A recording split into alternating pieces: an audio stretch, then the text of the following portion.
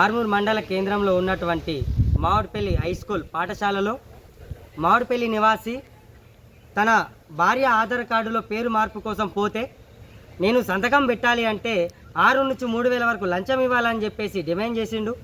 ఆ డిమాండ్ కూడా అది కుదరకపోతే అక్కడ ఉన్నటువంటి నివాసి తన ఇంటి పత్రాలు ఇల్లు టెక్స్ని కూడా తెచ్చి చూపించినా పెట్టకుండా లంచం డిమాండ్ చేసి, అంటే ఒక అధికారి గజెటెడ్ సిగ్నేచర్ పెట్టాలి పెట్టద్దు అనేది తన సొంత నిర్ణయం. అది దాన్ని అక్కడ ఎలాంటి అబ్జెక్షన్ కూడా లేదు.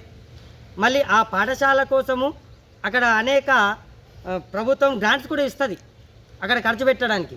అదో మరో విషయం అయితే ఇక్కడ సంతకం కోసమే 1,000 రూపాయలు లంచం అడుగుతూ ఉంటే ఈ ప్రభుత్వ అవినీతి అధికారులపైన చర్యలు తీసుకోవాలని పీడిఎస్గా మేము డిమాండ్ చేస్తూ ఉన్నాం.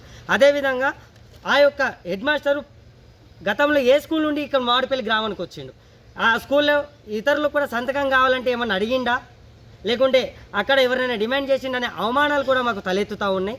కాబట్టి ఈ యొక్క హెడ్ మాస్టర్ పైన పూర్తి విచారణ చేయాలి.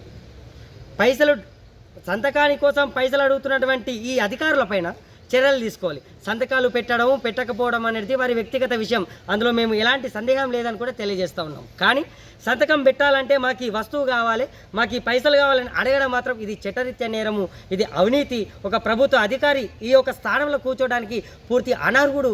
ఇది రాజ్యాంగబద్ధమైనటువంటి విషయం కూడా కాదు. కాబట్టి పీడిఎస్గా మేము డిమాండ్ చేస్తూ ఉన్నాం, అతనిపైన విచారణ కొనసాగించాలి. గతంలో వర్తమానం ఇప్పుడు జరుగుతున్నటువంటి విధానాలపైన కూడా చర్యలు జరగాలి.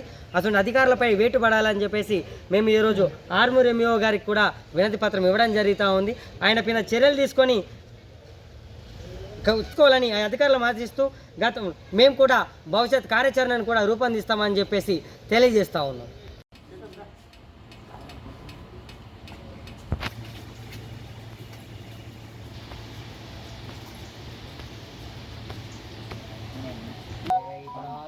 అందరికీ హాయ్, నేను మీ నిరుపమ్ని.